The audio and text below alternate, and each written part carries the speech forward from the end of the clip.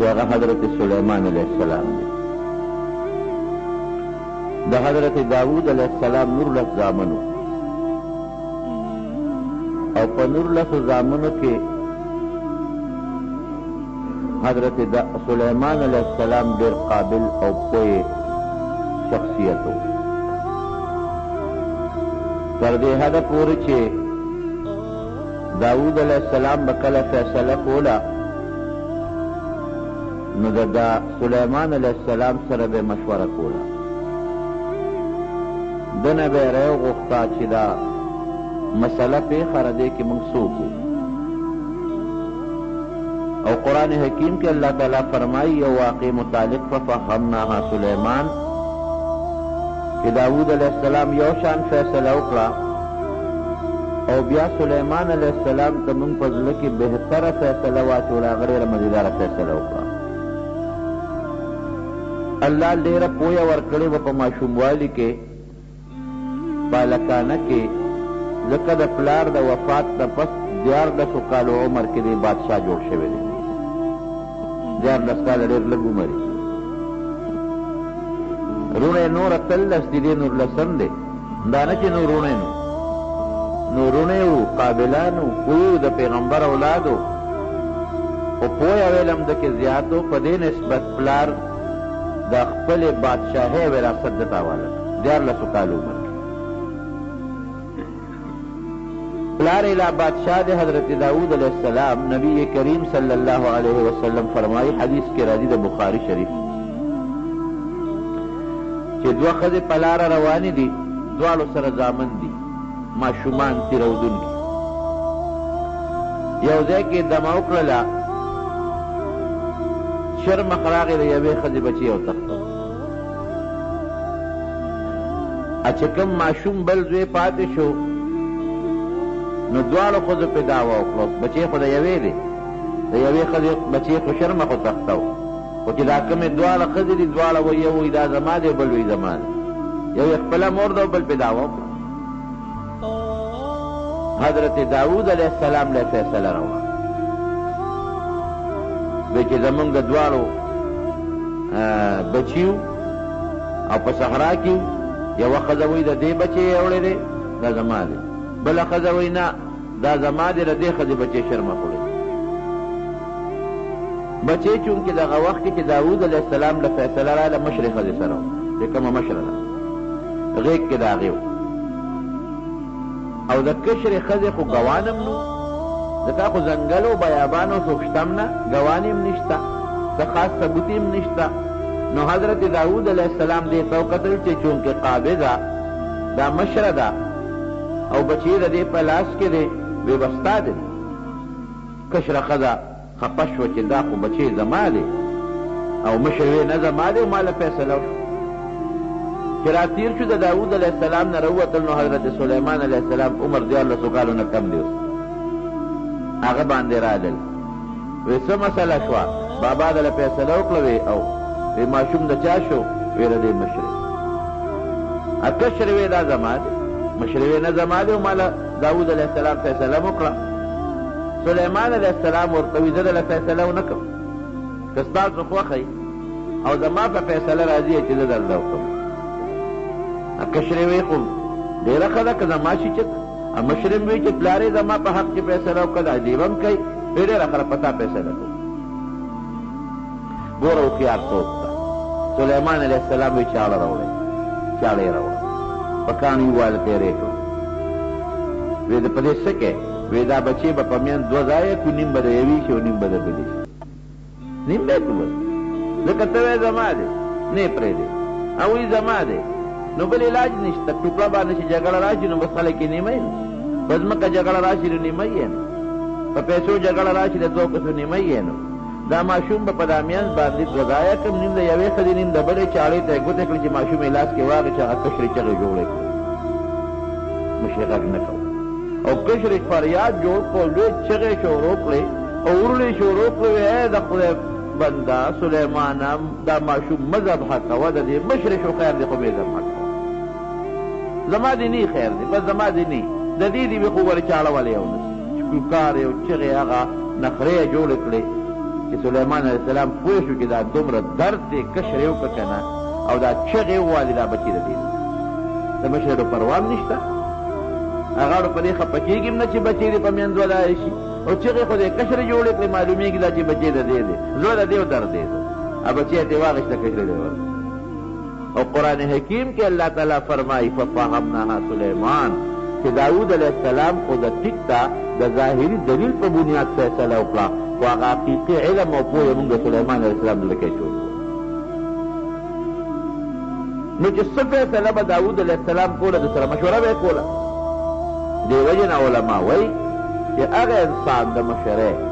د بادشاهۍ سره تعلق لري چې د کوم انسان د دین پوهې الله دې زمونږ د ستاسو د دین پوهه نصیب کړي د دین پوهه چې وي زړه کې به یری په قرآن به خبرداري په سنتو به خبرداري او چې د دین پوهه د انسان په زړه کې نه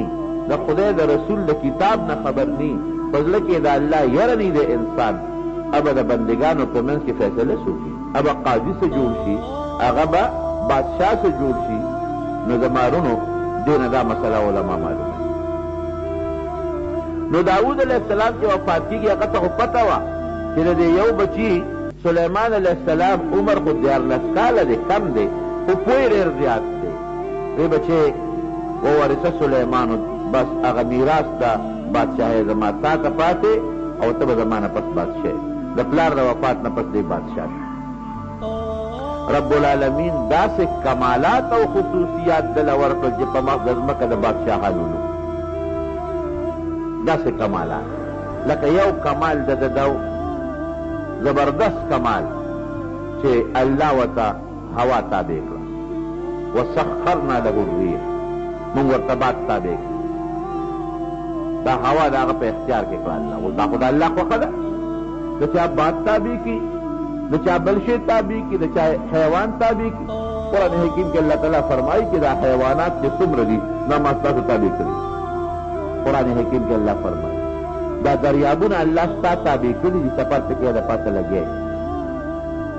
او که دا نه د الله امداد قسم دی که خر باندې سړی 2 منټه سورلي موکي چې روان شي وی باندې ته قلبه یوې به څنګه راکاږي اوستانه مضبوط دی پهلوان دی غټ دی لیکن دا الله تابع کړي نو بعد رب العالمین د حضرت سلیمان علیه السلام تابع کړي وسلیمان الریح غدوها شهر ورواحها شهر د سحر نه د ماسپښینه پورې د دومره مزل کو چې د یو میاشتې مزل به هغې په دې لږ سات کې او د ماسپښین نه تر ماښامه پورې به بیا د میاشتې مزل کو او د سلیمان علیه السلام تخت به بره په هوا روان تخت به یې څونه و دامره نه لکه زمونږ د وطن د یو بادشاه کرسی یا تخت معرف القرآن کې مفتی شفیع صاحب رحمت الله علیه لیکلي دي او نورو مفسرین هم لیکلي دي چې سلیمان علیه السلام به د یو ځای نه بل ځای ته په چکر ته نو وزیران به ورسره وو ټول اوس هم بادشاه کې دي وزیران مشورې والا پیریان به ورسره وو پیریان یې تابع وو انسانان به ورسره وو خادمان نوکران به ورسره وو مارغان به ورسره وو مارغان بره په هوا کې به مارغانو خپلې وزرې خورې کړې او سورې به یې کو په دوی باندې دوی به څومره وو 100,000 بنو 6,00,000 کسان به په هوا درځي 6,00,000 کسان 6,00,000 خوله لري 6,00,000 او دا به یوازې داسې نو کرسی به پرتې وي د سرو زرو کرسی د سپینو زرو کرسی د لرګي کرسی د اوسپنې کرسی دا به لګېدلی سلیمان علیه السلام به پکې منځ کې ناستو او وزیرانو د مشورې خاوندانو پارلیمنټ والا او دا چې کوم د مجلس شورا والا دا به ورسره ناست وي پیریانو ټول تخت به په هوا کې ته هوا تابع وه اوس یو ګاډی وي خو مخې له وله هوا راځي هغې کې خو څوک ټینګېدی نه شي هوا خو رده وتابع نو تخت له مخې له چپره هوا نه راتله چې دوی ګډوډ کړي او یا هغه مرغۍ چې د پاسه یې پې سورې کړی دی چې هغه ګډوډ کړي هغه مرغۍ به پې د پاسه سورې کړی او دا به روان په هوا به روان او تیزي ما درته ووې یو ورځ کې به یې 2 میاشتو مزل کوو هغه یمن نه به روان شو شام ته به ورسېد شام نه به روان شو عراق ته به ورسېد په دنیا چکرونه به یې لګول او بیا روانه به یې څنګه وه نو لوی سخت قالینونه غوړېدلې په هغې سلیمان علیه السلام د 6 لکو خلکو سره پیریان او انسانان او دیوان او صاحب برمارغان او د هغې هغه وزرو پورې کړې او هوا تابع چې د مخې چپه چاته نقصان ونه رسوي دا به روان شي چرته شولا وطنونه به یې ورته خول دې ته مکه مکرمه وایي دلته یو بیت الله دی د الله کور دی د آخرې زمانې پیغمبر به دلته پیدا لا بړل دې ته مدینه وایي یثرب یې نوم دی نوم دی مدینه منوره ګرځي او دا هغه آخرې زمانې عظیم پیغمبر به دلته هجرت کوي دا وطنونه به یې د خپل قوم او د خلکو ته خول او چې روان به زمونږ بادشاه خو چې په هوا شي موټر کې کښېني نو بیا ترې ځان روکي قبر کې مبتلا شي حضرت سلیمان علیه السلام به د الله ذکر کوي سر به یې ښکته و څومره وزیران به ورسره د الله ذکر به یې کو څومره مارغان چې به ټولو به د الله ذکر کو د الله ذکر او عاجزۍ کې به سفر روان او که داسې موقع به راله چې پخپله به نه ته د یو وزیر یا د بل چا به ضرورت پېښ شو صاحب زه خو فلسطین ته تلل غواړم زه خو مثلا شام ته تلل غواړم زه عراق ته تلل غواړم زه بل خوا نو هغه به حکم وکړه باد ته هغه علاقې ته به مفسرین لیکي یو ځل مجلس کې ناست و وزیران ټول ورسره ناست دي لویه بادشاهي الله ورکړې قرآن حکیم کې الله تعالی فرمایي دومره بادشاهي چې په مخ د ځمکه داسې بادشاهي د بل چا نه وه او نه به راشي ټوله دنیا باندې بادشاهي ټوله دنیا سلیمان الله نے سوال وکړ رب اغفر لي وهب لي ملكا لا ينبغي لاحد من بعدي انك انت الوهاب یا الله داسې بادشاهي مال راکړه چې په مخ د ځمکه د بل چا نه الله نے سوال وکړ لا ينبغي لاحد من بعدي چې تر قیامته پورې د بل چا دا بادشاهي تر قیامته پورې او انك انت الوهاب الله بخون کې د بادشاهیت دی داسې نه کوي الله بادشاہ دی څوک چې وغواړي تؤتي الملك من تشاء قرآن کې الله فرمایي وتنزع الملك ممن تشاء چا نه وغواړي بادشاهي دې لري چا له وغواړي هغه له بادشاهي وي د انسان عمل ته الله ګوري چې عمل د انسان څنګه دی ښه دی که بد دی ښه دی ښه بادشاه پرې راولي بد دی نو خراب بادشاه پرې راولي وتعز من تشاء وتذل من تشاء عزت او ذلت د الله تعالی په اختیار دنیا کې څوک اونخلي چې زما د عزت نه په دولت یې حاصلولی شي بادشاهي په دولت نه حاصلېږي د الله ورکه او د الله تعالی نو الله نه سوال کوي انک انت الوهاب الله بخون کې د بادشاهیت دی هب لي ما د داسې بادشاهي راکې لا ینبغي لاحد من بعدي چې زما نه پس بل چا د ټولې دنیا بادشاهي د بل چا نشته باد تابع د بل چا نه دی پیریان تابع شیطانان تابع د بل چا نشته د مارغانو په خبرو پوهېده چې مارغانو به خبرې کولې په دې بل څوک نه پوهېږي نو ناس خپل وزیران ورسره دي دې کې اسرائیل علیه السلام راغی په مجلس کې سلیمان علیه السلام کې خو دې مجلس کې وکتل د انسان په شکل وګورئ او تیز نظر باندې وکتل او لا یو وزیر سلیمان علیه السلام ته وایي چې صاحب زما زړه کېږي اسلام کې علاقې زه مې باد ته حکم وکړم هلکه زموږ مشوره شروع ده او داسې څه کوې نه زړه مې تنګ فریاد یې شروع کړو سلیمان علیه السلام ورته منې کوي چې مه کوه هلکه دلته موږ سره ښې وې نه به سر څنګه چې خو ما به هغه علاقې ته رسوم د هغه خاص وزیر محبت و مینه او باد ته حکم وکړې ورسوه لکه جاز ته وایي مثال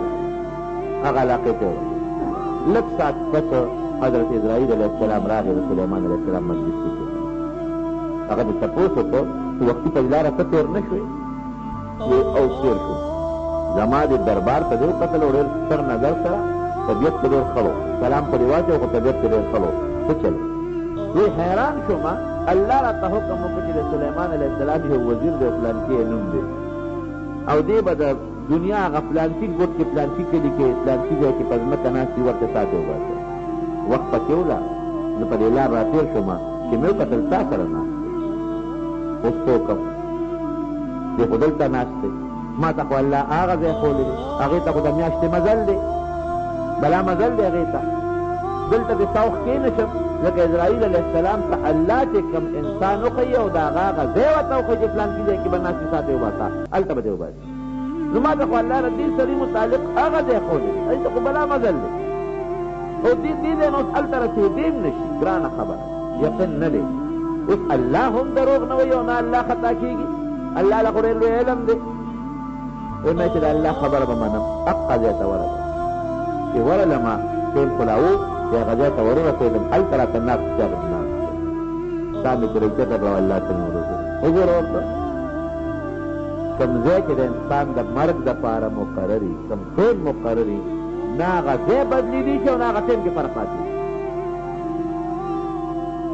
نو پخپله به هم په هوا ګرځېده او که چا به ترې مطالبه وکړه نو هغه له به هم هوا تابع کړه او هغه علاقې ته به ورسول او مارغان به ورسره او مارغانو به ورسره خبرې کولې داسې نه وه مستقل په مارغانو حیواناتو کې داسې ناشنا مارغان دي چې هغوی له الله کمالات ورکړي دي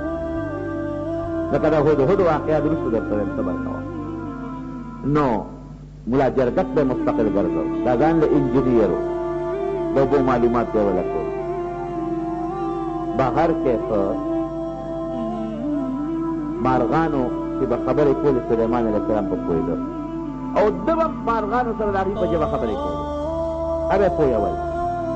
ملګرو ته به ناست و دا مرغۍ چې چغې وایي که نه وایي دا وایي چې سبحان الملک القدوس معنی یې دا ده ژبه خو بله وایي خو مطلب یې دا دی سبحان الملک القدوس هغه به الله له پاکي ده چې ډېر لوی بادشاه دی د هر عیب نه پاک څونه ښکلې معنا ده دا بله مارغه چې اواز کوي نو دې وایي سبحان الله دا بل مارغه چې چغه وایي دا خو چین چین کوي دا چین چین نه دي دې وایي الحمدلله په لاره باندې یو ځل روان دی کله په هوا او کله په ځمکه یوه علاقه تېرېده او نیت د سلیمان علیه السلام ده چې دا لوی ځنګل دی دلته به مونږ دمه کوو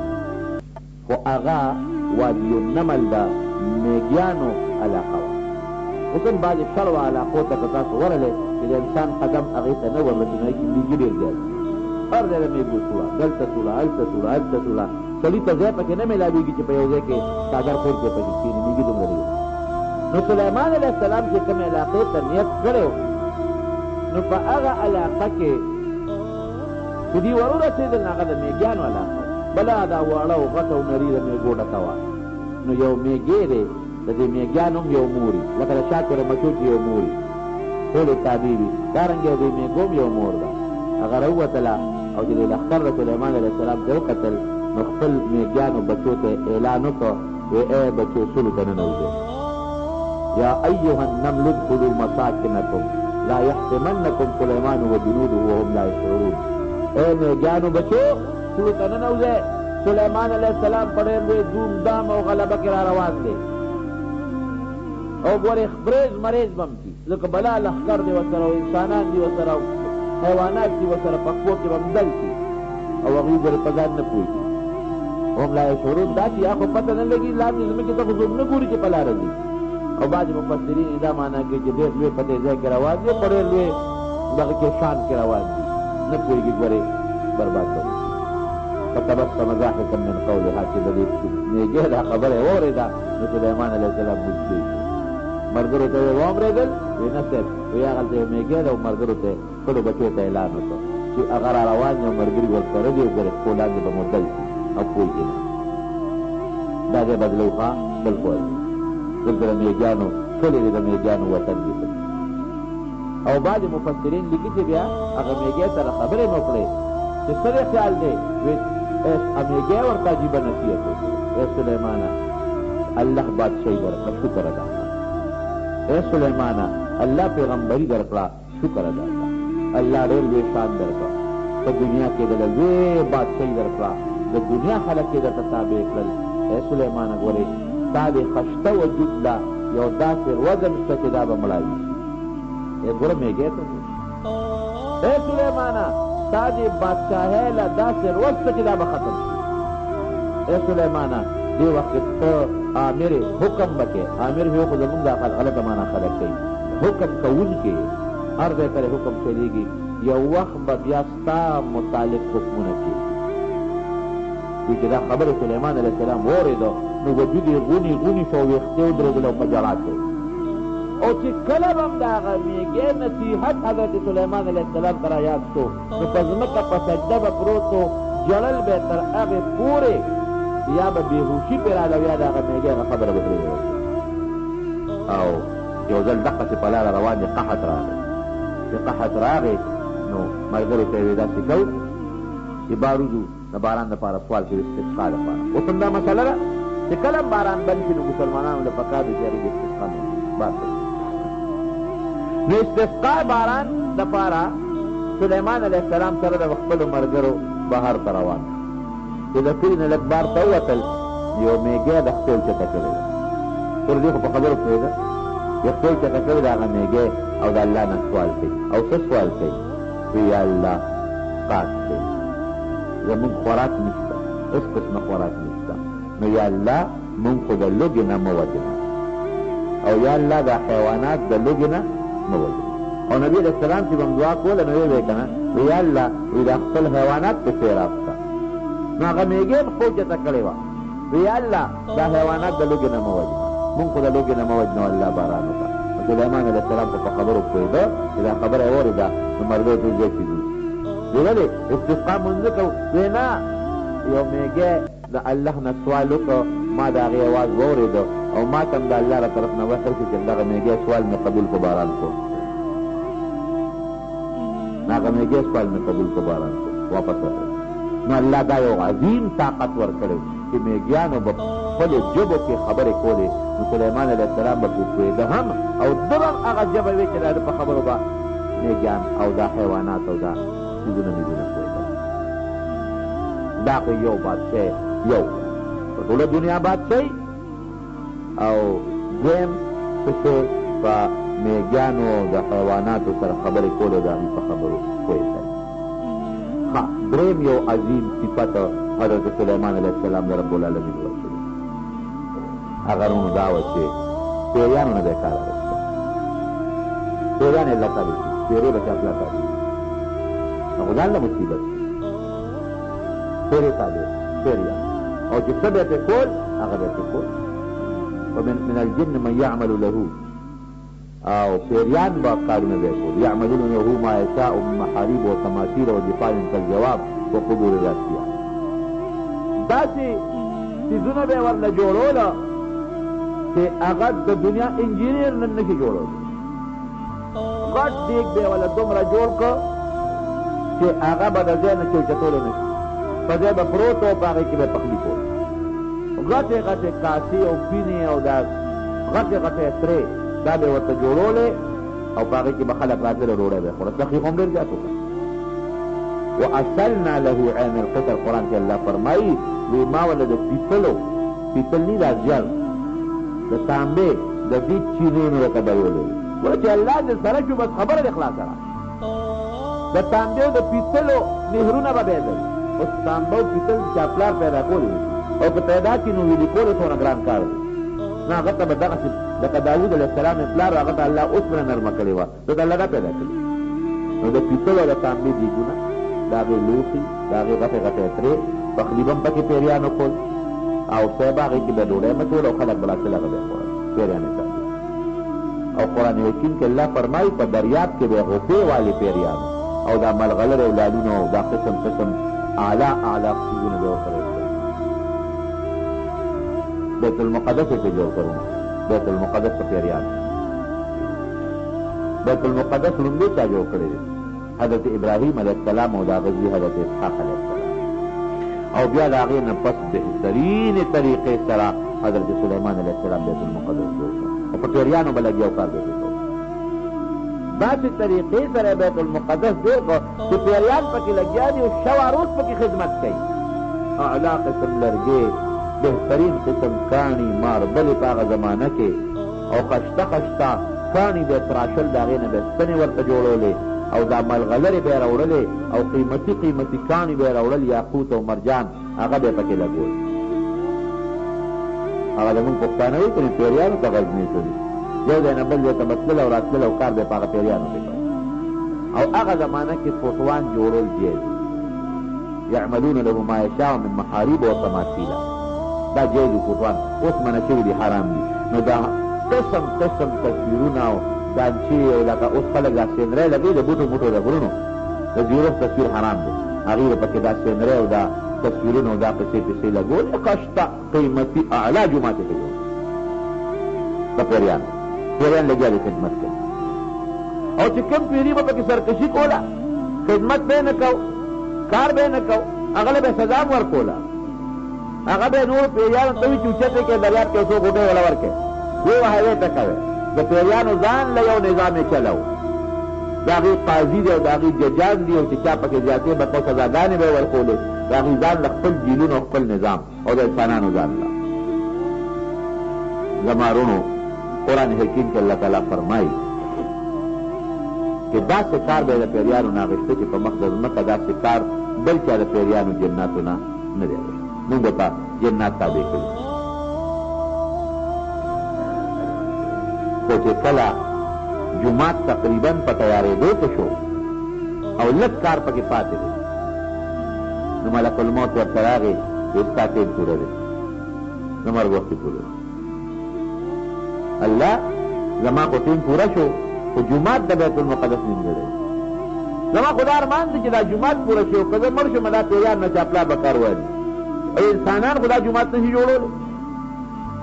او نه انسانان دومره طاقت لرلی شي دا جومات خو به نامکمل پاتې الله ورته حکم وکړو داسې وکړه ځان له شیشې یو کوټه جوړه کړه مزېداره هغې کې اعتکاف نیت وکړه د چلې چې ما پسې به څوک نه راځي او زه په دې کوټه کې اعتکاف کوم ځان سره اوچ خوراک دننه کا اوبه ځان ته کېږده چې هېڅ څوک هم تا پسې نه درځي دا تېره ځان ته او داسې شکل کې اعتکاف شروع کا لکه سړی چې په منبر باندې ناست وي دقسې کښېنه د هر پیغمبر خپل شریعت او خپل شرعي حکمونه دي بس هغه ځان سره خوراک او څښاک اوبه دننه کړلې اعلان یې وکړه چې زما به چې تر څو زه نه یم راوتې تر هغې پورې به زه اعتکاف کې ناست یم پوره زما اعتکاف به ختم وي نه به ما پسې څوک اوبه را دننه کوی نه به ما پسې څوک مانځ سړی به دننه کړي نه به ما پسې څوک ډوډۍ را دننه کوي هغه ما سره انتظام برابر دی نه د ما غسلخانې انتظام هر څه ما ځان له په دې محل کې برابر کړي ما پسې به څوک نه راځي بس دا تاسو ته زما اعلان دی که څوک راغی خبر نو په یو کورسۍ باندې کېناسته د عبادت په شکل کې او کونټۍ را واخېسته هغه یې زنې ته کېښوده دا کونټۍ یې زنې ته کېده او ساعت یې الله وویسته ساعت یې ووتل چې ساعت یې ووته جناب اوس پیریان خو لګیا دي خپل کار کوي هغوی خو په دې سوچ کې دي چې سلیمان علیه السلام جمدی دی او اعتکاف ته ناست دی او ګوره که مړ دی خو دې به کټ کې پروت و او ګوره کونټۍ یې ځنې ته یې ښودی او په عبادت کې لګیا دی یو یو تورې به راته ایسه کې به غلې غوندې کتل او هغه د ناست عبادت کتل بیا به ښه ډبل کار دی کوم نږدې ملګري پرې پوه وو هغې یې پوه کړو خو خولې نه به غږ نه وباسي چې دا دوی کار خلاص دا سرکشه خلک دي باندې کار څوک کوي لګیا دي کار کوي او مازدیګر چې کله کار چوټي کېږي نو راځي غلې غوندې شیشې ته هغه محل ته راننوځي ګوري بل هغه هلکه په عبادت ناست دی ښه موږ خو وینو نه په هغه پلانکي محل کې عبادت باندې ناست دی ډبل لګیا دي شیطانان خپل کار کوي جومات پوره شو که اعلی قسم مزېدار بیت المقدس جومات دا برابر لګیا دي چې پیریانو کله جومات مکمل کو کار اخلاص که اوس الله هم نظام برابروي دلته کې لګیا دي وینه کونټۍ ویښ کې نښتې وینې نښتې دي هغه کونټۍ لږه لږه لاندې نه خوري کونټۍ ویښ وخوړلی شو چې کونټۍ ویښ وخوړل شو کونټۍ کېناسته سلیمان علیه السلام را پرېوت ساعت شپږ میاشتې مخکې وتله شپږ میاشتې مخکې دې څه وتله چې هغه پرېوته خلک هم پوه شو پیریان هم پوه شو اوهو دا خو شپږ میاشتې راځه نه خو ډېره موده مخکې څوتې وه مونږ ته څه پته وه چې دې وفات شوی دی ګنې مونږ به هغونه خدمت کوو قرآن حکیم کې الله تعالی فرمایي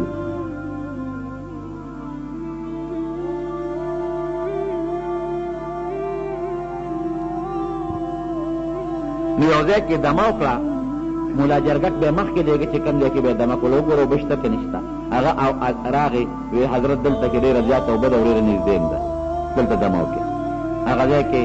پړاو واچو خیمې ښخې شوې ملا جرګک لږ کې سوچ کړی دی چې زه راشه زه به هم یو چکر ولګو ځکه چې دوی تر څو خیمې ښخوي او بیا دمه کوي او د اوبو ضرورت راځي ما خو ویلې نه چې اوبه شته زه به هغې پورې راغلی قرآن حکیم کې الله تعالی فرمایي ښه دې لار چې ته داسې بره یو پرواز وکړو دا د یمن د سرحد سره نږدې علاقه ده چې پرواز یې وکړ یو بل ملا جرګک وله د هغې علاقې په مخه ورغی هغه سره یې خپلې خبرې اترې وکړې څه کې ته د کمې ویې زه خو د شام یم او سلیمان علیه السلام سره ګرځم هغه سره راغلی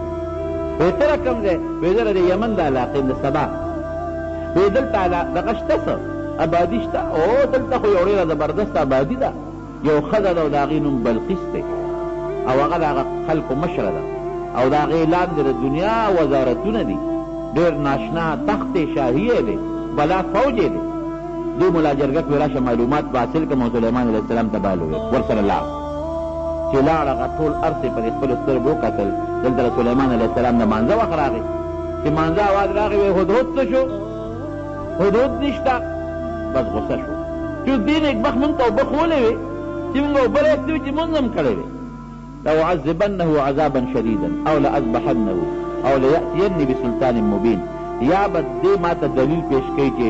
دلیل باندې به خبره کوي ګوره داسې خبرې کوي لکه عام انسانان چې بل سره کوي دلیل خو انسان پیش کوي حیوان نشي پیش کولی لیکن د مارونو ما تېره جمعه تفصیل درته ویلی دی چې د حیواناتو سره د هغه دغسې تعلق و لکه خپل عام لښکر سره چې څنګه د هغوی په خبرو پوهېدل خبرې جواب ورکول هغوی سره خبرې اترې کول عام د لښکر د یو کاردار کار به یې اخېسته او یا به ذبح کوم او یا به داسې کوم چې سزا ورکوم چې دنیا کې به داسې چا چاله نه ورکوي سره اوس بڼې به ترې غونډې وباسم دغه کې ملا جرجک راښکاره شو چې راغې سلیمان علیه السلام ته پیش شو چېرته تللی وې څه دې کول وی صاحب ما خو یو ناشنا خبره راوړه جئتک من سبأ بنبأ یقین یو ښار د سبا ورته وایي د هغې نه مې یو خبره راوړه یقیني خبره مې راوړې ده څه دې راوړي دي هلته خو یو ډېر لوی قوم دی او ناشنا بادشاهي ده او یعبدون للشمس د انور عبادت کوي د انور عبادت کوي صاحب او ستا په ټول سلطنت او بادشاهۍ کې خو د انور عبادت نه کېږي د یو الله عبادت کېږي د دې غم په کار دی وی رښتیا وې وی بلکل رښتیا وې وی زما یو خط وله ورته ورېږه اوس به پته ولګي خط در کوم او چې خط وله ورسې نو یو غاړې ته کښېنه د هغوی نه غلې غوندې او تماشه کوه چې هغوی به څه وایي د هغوی هغه معلومات به وکړي ماله به راوایي خط یې ورته ولیکه قرآن حکیم کې الله تعالی فرمایي کوټې خط دوه ګوتې خط یې ولیکه انه من سلیمان وانه بسم الله الرحمن الرحیم الله تعالوا علی واتوني مسلمین دا خط د سلیمان علیه السلام بادشاه را طرف نه دی او دا خط شروع د الله د نوم نه شوې ده بسم الله الرحمن الرحیم د الله په نوم شروع کوم کوم الله چې نهایت مهربان او ډېر زیات رحم کوونکی ذات دی اس کبر به نه کوې لویي به نه کوې په دې خپله بادشاه به فخر نه کوې او زما له طرف څخه نه دی لاندې چې ټول مسلمانان چې ماله راشئ ګنې نه مو پرېږدم د سلیمان علیه السلام روب دبدبه د بلقیس ته رسېدلې وه د مخکې نه چې دا خط یې څنګ یوړه په مخوکه کې نو هغه به په شاهي محل کې دننه اوسېدله ډېر لوی تخت او تخت شاهي هغې کې ملاس سره دا بلقیس او ده دا خط په دې سوړه وردن نه شي دروازې بندې وې هغه یې یوړه او د هغې په هغه سینه د پاسې هغه خط ور وغورځو او لاړ یو ګوټ کې کېناسته اوس د ښځې څه ګمان راځي چې دا خط به دې هدهد راوړي ملا جرګک به راوړي مارغان خو ډېر ګرځي په تاسو په چا خیال راځي چې دا شعر یې مارغه راوړه دا چې را بیداره شوه ویې کتل خط یې په سینه پروت دی خط یې کولاو که خط د سلیمان علیه السلام او په خط باقاعده مهر لګېدلی دی اعلی قیمتي مهر ابه داسې و لکه دا اوس هم بعض انسان په لفافه کې د دې بورډ دا پرچیني یونستی بورډ هغه چې په هغه لفافه کې بند کړي د پاسه پرې لاک ولګوي او د هغې د پاسه یو سټیم مهر ولګوي چې پته ولګي چې دا کولاو شوی نه دی دغسې یو مهر یې پرې لګولی او بعضې مفسرین لیکي چې د عنبرو او د مختلفو خوشبودارو څیزونو مهر یې لګولی و په هغې د پاسه یې ټاپه مهر لګولی په هغې یې خط بند کړی چې خط یې وکته خط ډېر اعلی طریقې سره بهترین کاغذ باندې لیکل شوی بهترین خوشنویس لیکلی دی اعلی خوشبویي تیزي فورا یې خپلو وزیرانو د هغه پارلیمنټ او د اسمبلۍ هغه زمانه کې چې څه ممبرانو د هغې میټینګ راووست فوجي جرنیلان وغیره او خط یې ورته وکړو چې دا خو ماته یو خط راغلی دی او داسې خط چې ډېر مزېدار خط کتاب کریم قرآن حکیم کې الله فرمایي ډېر د عزت خط دی او عزت ته معلومیږي او د سلیمان علیه السلام د طرف نه دی ځکه دې خو د هغه نوم اورېده او پکې دا الفاظ ذکر دي چې بسم الله الرحمن الرحیم د الله په نوم شروع کوم ښځه هوښیاره وه ورته یې داسې کار دی ان الملوک اذا دخلوا قرية افسدوها وجعلوا اعزة اهلها ذله په پاران کې نه سلیمان هم طاقت تاسو نه لري اورېدلی ما اورېدلی دی ډېریان دیوانې تابع دي او که زمونږ په دا وطن یې حمله وکړه مونږ عزتمند به ذلیله کړي هر څه به راله ختم کړي دا باغونه دا وطن به تباه برباد کړي داسې چل کوي ګورو یې چې دې واقعي پیغمبر دی او تام بادشاه دی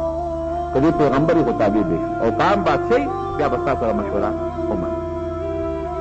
وی یو ډالۍ ورته لېږم یو تحفه او یو امتحان پې کوم که ډالۍ یې قبوله کړه او امتحان کې کامیاب شي خو دې پیغمبر دی او که دې کې ناکام شو نو عام بادشاه بیا ورسره جنګ کوو اوس تحفه ډالۍ څه ده ناشنا وی 1500 غلامان 1500 وینځې وله لېږم هلکانو ته د جنکو جامې او جنکو ته هلکانو جامې هلکانو ته لاسونو کې بنګړي او لوپټې په سر چې دې دا پته لګولي شي که نه شي لګولي قابل دی که ناقابله او مختلف قسم یاقوت او غمی او هیرې او لال جواهرات یې یو ځای کړل او اسونه او اوښان وی دا ټول به د سلیمان علیه السلام ته تحفه به شي او په منځ کې پکې یو ملغلره کېښوده هغې کې سورې کړې دی خو په داسې سینسي طریقه باندې چې هغه سورې کوږ دی وی صاحب یو صرف یو شی به ستا زه معلومات کومه چې دا اوتار یې ورسره کې بس نور یې غږونه هغه هدهد خو هر څه په د خپلو سترګو ولیدل راوال به ته سلیمان علیه السلام ته راورسېد سلیمان علیه السلام دا لوبه کړې چې 1500 هلکانو ته جنکو جامې چولي جنکو ته هلکانو دا خو دا خبره تاسو او بل دا دی چې دا له تحفې رالېږلې ده او ستا معلومات کوي او یو ملغلره یې ښودله پکې سورې کوږ تار ورسره پروت دی تا معلوموي چې دا تار ته په دې ملغلره کې اچولی شي که نه شي اچولی په خولې به راته غږ نه کوي سلیمان علیه السلام نه چې دوی څنګه راورسېدل ډېر عزت او اکرام یې او ورته یې ویل وګوره چې غوسه کېږي به او که په نرمۍ به خبرې کوي که سخته غوسه یې وکړل دا بادشاه دی پیغمبر نه او که په نرمۍ ستاسو مېلمستیا وکړل دا معلومېږي چې پیغمبر دی راورسېدل سلیمان علیه السلام ډېره ښه مېلمستیا وله وکړل په صحیح طریقه باندې او دغه د ډوډۍ نه مخکې دا مونږ خو دغه طریقه ده چې مونږ خو به مونځ کوو او تاسو مونږ سره په دې خپل مانځه کې شریک شئ هغه قصه اوږده خو بهر کې اوبو ته یې کېنول نو د جینکو د هلکانو د مخ د اوبو اچولو طریقه خو هر چا ته معلومه ده هلکان څنګه په مخ اوبه اچوي او جینکې څنګه اچوي او لاسونه جینکې څنګه وینځي او هلکان څنګه وینځي نو پته یې ولګوله وایي دغه خوا کې دا چا چې ښځو جامې چولي دا هلکان دي دې خوا کې او دا نور جینکې او چې هغه پلیټ یې ورته کېښودو هیرې نو تاریخ لیکي تصویر خازن لیکلی دي نو اوس دې کې به تار څنګه اچوي کوک سوري کې نرۍ تار اچول او ورته دا هم نه وي چې پکې واچوه نو د وینه نه یې دا کار واخیسته حیوانات پرې دي تابع کړل وینه خوله کې تارونه و په سوري کې وردن نه شو بل تر پتې ووته قصه خلاصه تاسو د حضرت سلیمان علیه السلام واقعه واورېده دا به تاسو ته پېښور ښار کې بیرون کچرې گیټ اشرف روډ سره فقیر خان ناصر خان کیسټ هاوس کې د ناصر خان او حیدر خان سره ملاویږي ټلیفون نمبر دی 255 او دمکی والا ورکړه چې داسې لښکرې درلېږم چې د هغې د مقابلې به څوک ني او تاسو سره به زه پوه شم او یا به ایمان راوړی مسلمانېږې به هله به م پرېږدم یعنې داسې لښکرې درلېږم چې د هغې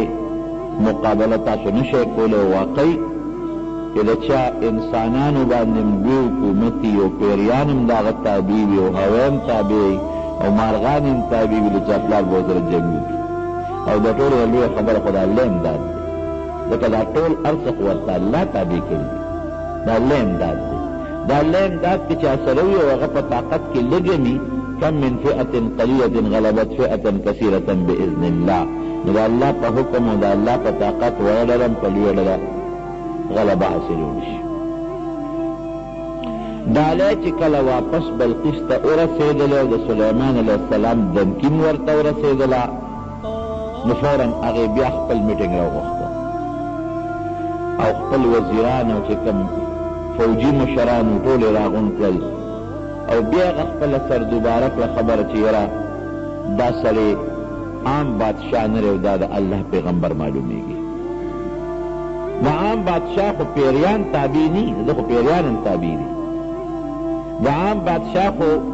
مارغان تابع نی، ده خو مارغان هم تابع وي. د عام بادشاه خو هوا تابع نی، ده خو هوا هم تابع ده. نو ګورې چیل چال ورسره نرې پکاره و، ورتلل پکار دي. مونږ به ورشو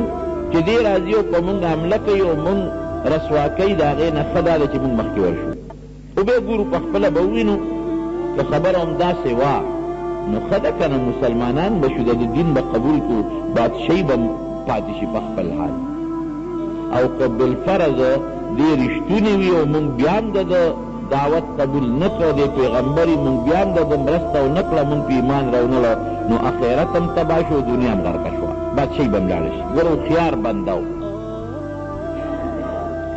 هغه چې کوم الچي و فورا یې ولېږه چې ته لاړ شه سلیمان علیه السلام ته ووایه چې مونږ لا تا سره جنګ نه کوو، مونږ درځو، هلته به سره خبرې کوو، مونږ ستا ملاقات له در روان یو. ملکې بلقیس چې کوم بادشاه ده زمونږ هغه سره د خپلو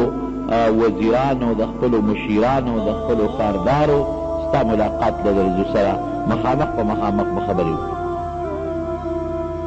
حضرت سلیمان علیه السلام پوه شو چې دا را روانه ده، انشاءالله چې دې کې به الله خیر راوباسي، دا به الله تعالی مسلمانه کړي. نو سلیمان علیه السلام هم دا خیال و چې بادشاهي خو زما لویه ده، که دا الله مسلمانه کړه او ورسره دا خپل قوم مسلمان شو، دا ډېره لویه فایده ده. دا را روانه شوه او د اسلام او د ایمان په نیت را روانه شوه. هوښیاره ښځه وه. سلیمان علیه السلام دلته خپلو ملګرو سره میټینګ وکړه، مشوره وکړه چې د دې خو یو عزت پکار دی. یو میلمه چې د بار نه راځي پکار دي چې د قربانه خلک د هغه عزتو کې استقبال ونه ورکړي. نو یې موږ به یو مضبوط استقبال کوو. یو دا دویم یو عظیم محل جوړو چې دا زمونږ دا قوت او طاقت وویني او دا پوه شي چې ګورې ده سره یوازې د بادشاه طاقت نه دی، ده سره د پیغمبر طاقت نه. یو ناشنا محل یې جوړ کړه مزېدار، ځکه د یمن نه شام ته مزل هم ډېر دی. او بیا جناب په هغې کې شیشه ولګوله، داسې شیشه ولګوله، لاندې اوبه دي او د پاسه شیشه ده. درېیمه مشوره یې دا وکړله چې دا را روانه شي، دا تخت یې راوړل پکار دي. دی خو ګوره پیغمبر معجزه ده، وحی ورته کېږي، کشف ورته کېږي، په دې پوه دی چې دا به مسلمانېږي او مسلمانه را روانه ده، تخت وله راوړل پکار دي. خو یاره چې څومره زر، ځکه دلته چې ابادي تیاره شوه، بلډینګ تیار شو، په دې هم خامخا وخت ولګېد. د دې را روانېدل هم شوي دي، دا هم په لاره کې نږدې ده. یو کس پکار دی چې زر دا تخت راورسوي. او ما تېره جمعه درته ویلي چې تخت به د هغې مفتي شفیع صاحب رحمت الله علیه لیکلي دي په 7 کوټو 7 محلاتو دننه پروت و. او که تخت 40 ګزه اوږد، 20 ګزه پلن، 15 ګزه اوچت، او هغه داسې راپورټې تخت نه دی لکه زمونږ کرسی او میز کې دی، په هغې ریخم او په هغې باندې قالینونه او په هغې د هغې کرسی او د هغې پوره نظام پې پروت دی. دا به زر څوک راورسوي. 3 خبرې دي. قال عفریت من الجن انا آتیک به قبل ان تقوم من مقامک. صاحب زر او راسوم درله، خو دومره ټیم به لګي چې ته څونه ساعت کې د پاسې دومره ټیم کې را رسو. لکه سړی چې کیني او د ناستې نه بیا پاسي، یو سیکنډ یو منټ نه کم لګي، یو سیکنډ پې لګي، یا سیکنډ نه به لږ زیات لګي، دومره ټیم کې درله را رسولی شم. او زه په دې لقوي امین، صاحب مضبوط یم، را رسولی شم، د ځانه خبره نه کوم، طاقت مشته. ښه بس دا پیوري خبره وکړه، سرکشه پیري، مضبوط کبرجن پیري. او صاحب فکر به نه کوي چې دا را رسوم نو په لاره به دې څه ملغلرې او یاقوت او مرجان او څه شی به دې پټ کړم، ځکه هغه خو قیمتي تخت و. نه امانتګر یم، چې څه پکې دي هغه امانت ټول درته را رسېږي. نو سلیمان علیه السلام ممکن ده چې دې خبرې ته متوجه شوی وي چې وکړه دا کار، خو هغه یو ټکي استعمال کړه چې انی علیه لقوي، زه طاقتمن یم، دا کار زه کولی شم. دا خبره درته پرې نه وتله. ټیک ده، دا ټیم خو ډېر لږ دی، زر یې را رسولی شي، خو قبر دی وکړه جناب، لویي دی وکړله، لویي ښه شی نه دی، لویي د الله نیک وخه خبره دی درسته ونه کړله. او واقعي پیریانو له رب العالمین دا طاقت ورکړی. ما تېره جمعه نه مخکې جمعه درته ویلي. بل یو کس و قال الذي عنده علم من الكتاب انا آتيك به قبل ان يرتد اليك طرفك. بل یو کس چې هغه سره د کتاب علم دی، پوهه د عالم دی. د سلیمان علیه السلام وزیر دی حضرت آصف. هغه وایي چې ګوره هسه وایي وی صاحب زه درته را رسولی شم د سترګې په رب کې. دا بل خو ډېر ټایم یاد کړو چې زه پاسم په پاسېدو خو لا وخت لګي، نه سترګې رب، خو چې سترګې دې پټې کړه او بیا دې کولاو کړه شی به تیار کړو. اوس د دې سړي خبره په دوه وجو بهتره وخته. یو دا چې دا پوه دی، د کتاب علم دی، ورسره عالم دی، د هغه مخکې په نسبت هغه سرکشه پیرې کبرجن. او بل د ده را رسول هم زر کېږي. نو زموږ مفسرین لیکي چې ده په کم حکمت را رسو، ځکه پیري د خدان دی او جنس دی، هغه له خو الله یو طاقت ورکړی دی. او دا خو عام انسان دی، نو دی یې څنګه را رسوي؟ وی ده سره د الله نوم د اسم اعظم برکتو، د اسم اعظم په برکت به ده به د هغې استحضار وکړو، د الله نه به پې سوال وکړو. او سوال یوازې په ژبه ني، سوال په زړه کې وي. چې زړه کې انسان خپله مدعا حاضره کړي، که ته دا ووایې چې یاره سوال خوب ټایم غواړي که اسم اعظم لرلو باندې هم وخت لګي، او سترګې رب خو ډېر معمولي ټایم دی. د زړه استحضار او په زړه کې الله ته توجه ورکول، بیا د الله تعالی دعا قبلولو باندې ټایمونه نه لګي. ما سره زه د رب د سترګه کې را رسولی شو. سلیمان علیه السلام ورته یې هم ته دا کار وکړه، ډېره خبره ورسوه. خو چې حضرت سلیمان علیه السلام سترګې پټې کړې او ویې غاړولې، تخت ورته مخامخ پروت و. د پیري په طاقت راونه رسېده، د چا په طاقت راورسېده؟ نو د الله په طاقت الله راورسېد. او چې تخت یې وکتل حیران شو، ناشنا تخت دی. او فوراً یې د الله شکریا ادا کړه، کبر غرور یې ونه کړه. خو زمونږ بادشاهان خو چې یو کار وکړي کبر غرور کوي، هغه کبر غرور نه کړه. او زما داسې بادشاهي ده، وګوره یو ساعت کې مې د تخت راورسو. وی نه دا زما باندې د الله امتحان دی چې د الله شکریا ادا کوم، او که د الله شکریا نه ادا کوم. هر یو کار چې رونو کې او داسې کار چې ستا پکې فایده وي، نو په هغې کې د الله تعالی شکریا ادا کول پکار. درې واړه کار وشو. محلم تیار شو، بهترین اعلی شیشې والا. تخت هم راورسېد، د استقبال تیاري مو شوه. سلیمان علیه السلام یې ورېږې، د ښځې خو زمونږ ځای په امتحانونه واخېستل، مونږ هم د دې امتحان نه لو چې دا هم څه پوهه ښځه ده او تاسې بېوقوف غوندې ده. ونکرو لها عرشها، دا تخت وله لږ بدل لا بدل کړي، څه تر څه مخکې څه وروستو، او چې دا کم شکل یې دا ولې لږ غوندې څه ترې کموې مه، خو دا ولې لږ ګډ وډ کړې. خو دا راشي چې دا خپل تخت پېژني که نه پېژني. صاحب زبردست استقبال یې ورته وکړ حضرت سلیمان علیه السلام. دا راورسېده چې راله څنګه، او هغه چې کم محل ته خامخا هغه ګېټونه لګېدلي، په هغې راننوځي، او هغه خو لار د شیشې جوړه کړې ده چې دا څنګه راتلله. نو مېلمه ته خلک وایي چې زه ته مخکې شه که نه، دی مخکې کړه چې دا به مخکې شي. اوس که مونږ مخکې کېږو خو دا پوهېږي، مخکې شه. چې یو کتل چې اوبه دي، خیال یې دا وکړه چې بعضې علاقو کې خلک د خوند لپاره اوبه په ساتي که نه، چې خلک تېرېږي. نو دې فوراً وکشفت عن ساقیها، دا پنسي اوچته کړي چې ګیندا جو په اوبو دې ورپورې وي، زما لږې اوبه غوندې وي. خو چې خپې کېښوده، او دا خو اوبه نه دي، دا خو شیشه غوندې لګېدلې ده، اوبه ترې لاندې دي. لومبې چې دا شی وکړ، ګوره بادشاهي په قمقلتوب نه کېږي، بادشاه هوښیار انسان وي. پوه شوه چې اوهو دا خو ناشنا، ما خو چې زما تخت دی، زما بند ده یمن، او دا خو څه ناشنا غوندې بادشاهي ده. د شیشې ته وګوره، لاندې اوبو ته وګوره، چې مخکې لاړه او هغه خپل تخت یې ولیده. نو سلیمان علیه السلام فوراً ورته وایي چې دا ډېر سوچ هم نه کېږي. فوراً ورته وایي وی دغه دا تخت ته وګوره که نه، ستا داسې تخت شته،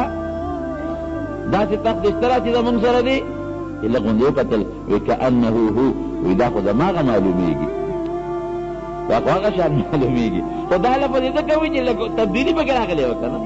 دې نه پته ولګي چې ښځه هوښیاره ده، قابله ده، پوه ده. او فوراً بغیر د سوچونو چې رانه چې د سلیمان علیه السلام دا قوت او طاقت یې ولید، پوه شو چې دا خو بغیر د الله د امداد نه کېدی نه شي، ممکنه نه ده. مخکې هم اورېدلي دي، مخکې هم سوچونه کړي دي. بس وایي چې ستا کوم دین دی او کوم مذهب دی، هم هغه دین او مذهب اختیارول غواړم. او د الله ذوالجلال رب العالمین دین هغې قبلولو ته تیار یم. الله ذوالجلال مسلمانه شو. بعضې دلته کې زمونږ د قصو والا څه خبرې ترې لیکلي دي، خو هغه مې قصدن پرېښودې، هغه دروغ خبرې ویښتې یې چې وې نو هغه د خر وې او دا پنسې ځکه اوچتې کړې چې پته ولګي، او دا ټولې دروغ خبرې دي. د انسان خپې د خر نه، انسان و عام لکه خشته ښځه وه ښکلې خوبصورته مزېداره، او دا نورې خبرې چې ما که مې پرېښود دا دروغ دي، دا واهیات دي. مسلمانه شو او بیا د اسلام نه پس حضرت سلیمان علیه السلام سره نکام ثابته ده. لږ اختلاف پکې شته، خو راجح قول دا چې سلیمان علیه السلام سره بیا نکام وکړله،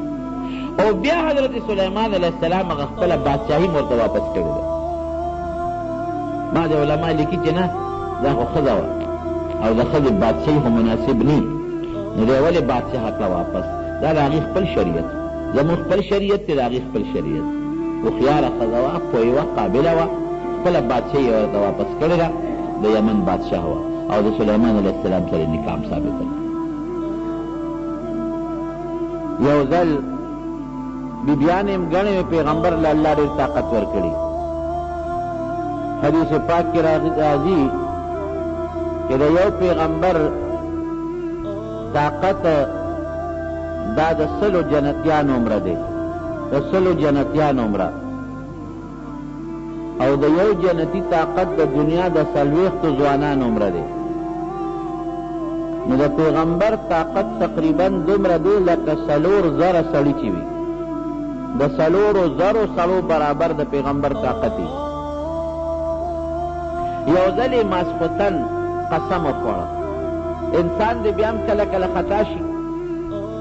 وی زما دا 100 بیبیانې دي، دې ټولو ته به زه راتلل کومه، او الله ذوالجلال به د یوې شپې نه زما د دې 100 ښځو نه 100 بچي پیدا کوي، 100 زامن، بچي نه 100 زامن، او چې دا 100 زامن زما پیدا شي، دا ټول به د الله په لار کې مجاهدین. انشاءالله یې هیر شو، دی نه وی چې انشاءالله زه به دا کار کوم او زه به د 100 بیبیانو له راځم، انشاءالله لفظ یې ونه وی. نبی کریم صلی اللہ علیہ وسلم فرمائی دا بخاری شریف حدیث تے، امغسی اکلا پاغ شپاغ 100 بیبیانو تراغے، لیکن یو بی بی هم دا پارمان باندې پورا نشوا، صرف دا یوی بی بینا یو بچی پیدا شو، اغم نامکمل نیمگڑے دے پا تخت شاہی باندې ناستو، او هغه دایي ولره کوټې غوندې نیمګړې په ټوکړه کې بند د غوښې یو ګوټې راوړه، وی صاحب دا ستا د هغه یوې بیبي نه بچی پیدا شو، دا نامکمل. دا قرآن حکیم کې راځي که نه، ولقد فتنا څنګه د سلیمان او القینا علی کرسیه جسدا، مونږ ورته په کرسۍ د پاسه هغه وجود ورواچو، هغه دا شی دی، هغه دایي وله هغه نامکمل بچی راوړی، دا یې د هغه یو بیبي نه پیدا شو، دا هم نیمګړې دی، مړ تشه غوښه ده. اصل دا یو ازمایښو چې د قسم وخوړه چې زه به 100 بیبیانو ته راتلل کوم، او د هر یوې نه به یو مجاهد بچی پیدا کېږي، شهسوار مجاهد، الله لار کې جهاد بکړي. انشاءالله یې هیر شو، الله هغه ټولې خبرې وتاسې هغه هېڅ ونه شو، د هغې یوې ښځې نیمګړې بچی پیدا شو. نبی کریم صلی الله علیه وسلم فرمایي، بخاري شریف کې حدیث وایي که انشاءالله یې ویلې وې نو د 100 ښځو به 100 بچي شوي وو، او څنګه چې زه وې هر یو به د الله په لار کې عظیم مجاهد و، شهسوار مجاهد و. انشاءالله یو ځل د مازدیګر نه پس دا اسونو چې کوم مشر و هغه ته وې دا ټول جنګي چې کوم اسونه دي دا را مخامخ کا،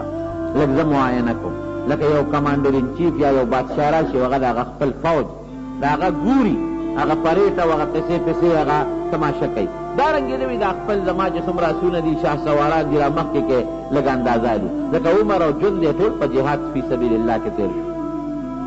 اسونه یې را مخامخ کړل، دل یې ډېر زیات خوند ورکړ، کله یو اس باندې لاس را کله بل باندې، او اسونه مختلف قسمونه دي. خبره دې ته ورسېدله چې نور په پرېوتو شو، نور پریوزي حتی توارت بالحجاب، نور بس تقریبا پریوزي. اوه خدای دا مې څه وکړل، دا خو د مازدیګر مونځ رانه لاړ، نور قریب دی چې پریوزي. اوس دې وخت کې چې دا اودس کوم مونځ کوم خو نور به پریوزي، د اسونو د برکته دوه کاره وکړل. یو خو الله ته سوال کو چې یا الله د انور له غوندې ودروه چې زه دا خپل لمونځ وکړم. ټیک ته غلطي زما شوې ده، خو ما د الله په لار کې د اسونو تماشه کوله، د هغې معاینه مې کوله، نو خدایه ما نه دا کار وشو، د انور راته ودروه. نو یو روایت کې راځي چې رب العالمین یې دا سوال قبول کړ. نور یې ورته په انتظار که ودرو، د خپلو ملګرو سره مونځ وکړ. د هغې نه پس د دې اسونو د وجې د ما نه دا مونځ پاتې شو. قرآن حکیم کې الله فرمایي فتفقه مسحا بالیمین والاعناق. داسې دی که نه؟ شروع یې پرې وکړله، وی را دې خوا کې اسونه ټول ذبحه کړل، حلال یې کړل. زر اسونه په یو وخت قربان کړل، حلال یې کړل. اسونه اوس هم زمونږ په د امام ابو حنیفه رحمت الله علیه په مذهب کې خدا مکروه تنزیهي د غوښه خوړل راجح قول دا دی، یو کې مکروه تحریمي راځي، یعنی بهتره نه ده چې سړی یې وخوري. خو شافعي صاحب او مالک صاحب او د احمد ابن حنبل مذهب دا دی چې دا غوښه پاکه ده، حلاله ده، هغوی یې خوري او د هغې شریعت کې هم خوړل جایز. نو دومره سخي دي چې هغه ټول ذبحه کړل او خلکو ته وایي ځای خیراتي غوښه چې څومره وړی نه وړی. یو ځل یې د الله نه سوال وکړ، بادشاهي هم درنه ده او پیغمبري هم درنه ده. وی الله ته خو بندوبست کړی دی ټول مخلوق او ما له دې ډېر لوی طاقت را کړی دی. ځکه تېره جمعه مې ویلي چې سوال یې څه کړی، رب هب لي ملکا لا ينبغي لاحد من بعدي. خدایه داسې بادشاهي راکړي چې تر قیامته پورې بل څوک داسې بادشاهي ونه کړي. او الله ولا هغه سوال قبول کړی. نو غله ډېره وه، پیریانو دیوانو به یې خدمت کو او خوراکونه او میوې ډېرې وې. وی زه دعوت کوم، ټولو څیزونو له ډوډۍ ورکوم. الله وی مت په دا کار نه شي کولی. وی الله ته اجازت راکړ، ته اجازت غواړم. وی ښه ده در مې کې اجازت. غنمان او چې په هغه زمانه کې څومره غله ده، خو چې په پیریانو یې کار کو، هغه یې وکړل او د دنیا خوراکونه هر څه یې را جمع کړل او د دریاب په غاړه یې د ډوډۍ انتظام برابر کړ. بعد یې تابع و، ما تېره جمعه کې درته ویلي، هوا یې په چالو کړه چې تاسو په دې لګئ چې دا خوراک څښا نه شي. پیریان دیوان یې مقرر کړ چې دې ته څوک څه نقصان ونه رسوي. پخلي لګیا دی، پخلي کېږي، د کبانو خپل خوراک تیارېږي او د مارغانو خپل تیارېږي، د انسانانو خپل تیارېږي، د پیریانو خپل خوراک، د هر چا خپل خوراک تیارېږي، لګیا دی. او ما تېره جمعه درته پوره تفصیل ویلی دی چې مارغانو په ژبو ډېر پوهېده او د په خبره هغوی پوهېدل، هغې سره به هم خبرې کولې. چې هر څه تیار شو، الله نه مشوره واغېسته، ځکه پیغمبر په هر کار کې د رب العالمین سره مشوره کوي. وی الله خو ډوډۍ شروع کوم، خو د کم مخلوق نه مخکې شروع کوم. وی سلیمان ستا خوښه ده چې چا نه شروع کې، وی د کبانو نه مخکې شروع کړي. د هغه دا خیال و چې دا کبانو ته به زه اواز وکړم، ټول به د دریاب دې غاړې ته راغونډ شي او داسې یو له 20 بوجۍ به ورغورځوم، نو کب به څومره خوراک کوي. یو کب چې 15 دانې غنم وخوري نو پرې مړېږي، یا یو چټاکۍ غوښه چې وخوري نو ده پرې موړ شي، زیات نه زیات 1/2 کیلو غوښه چې وخوري نو مضبوط کب پرې مړېږي. ما د هغې انتظام کړی دی او د یوې ورځې د ډوډۍ بندوبست مېلمستیا د یو وخت نه ده، د پوره ورځې مېلمستیا ده. لا ولې وي؟ وی د کال مېلمستیا کوم وي دا خو بلکل نه شي کولی، وی د میاشت کوم وي دا هم نه شي کولی، وی ښه ده یو ورځې به وکړم وی دا هم نه شي کولی، دا یې تمنا وه. وی د یو وخت خو به وکړم وی ښه ده دا وکړم، د ورځې نه وخت راله خبره. نو وی ځه ټیک شوه، اعلان وکړه ستا اواز به زه د دریاب د ټولو کبانو ته او د حیواناتو ته ورسوم. په دریاب کې په لکو نه په اربهاو حیوانات دي او مختلف قسمونه دي، څوک د انسان په شکل او څوک د بل شي په شکل، څوک د بل شي په شکل، مختلف قسمونه دي. اواز یې وکړه ټول راجمع شو. وی تاسو زما نن مېلمانه یې خوراک به زه در کوم، زه به د دریاب دې غاړې ته در غورځوم او تاسو به ټیل ټال نه کوئ، ټول به خورئ، د ټولو خوراک به رسي. یو کب خوله راوچته یې کړه، چې راوچته یې کړه نو یوه جام یې د هغه غلې چې هغه په 100 میله کې هغه انتظامات یې کړي یو طرف ته کېښوده او بله جام یې بل طرف ته کېښوده، خو چې شی یې راغونډ کړ، سکنجه راغونډه شوه چې څومره خوراک و ټول په یوه نوړی د هغه کب ګېډې ته ورسېد. دقسې حق دق پاتې شو چې کاکا دا څه وشو، چې څه وه خو د یو خوړل، دا نور کبان به څه خوري، دا نور خلک به څه خوري. نو سړی خفه شي دی غوندې که نه، وی خو هر څه تا خلاص کړل، کب ته وایي. اوس په خبرو د حیواناتو خو پوهېږي، قرآن حکیم کې راځي، تېره جمعه مې درته ویلي، هر څه خو تا خلاص کړل، دا دې نورو ته یې څه پرېښودل، هر څه دې خوړل. کب ورته وایي مېلمه ته څوک داسې رد جواب کړي لکه دا ما ته چې دې وکړو، زه خو تا نن مېلمه کړی یم. بس دی پوه شو وی روزانه ماله الله دون وړی دومره راکوي لکه دا چې څونه مې ستا ده وخوړه دون وړی نو نن چې ستا میلمه شم د الله نه زه پټېکه واغېستمه نو یوه دې راکړه او یوه مې پاتې شوه وجې به ګرځم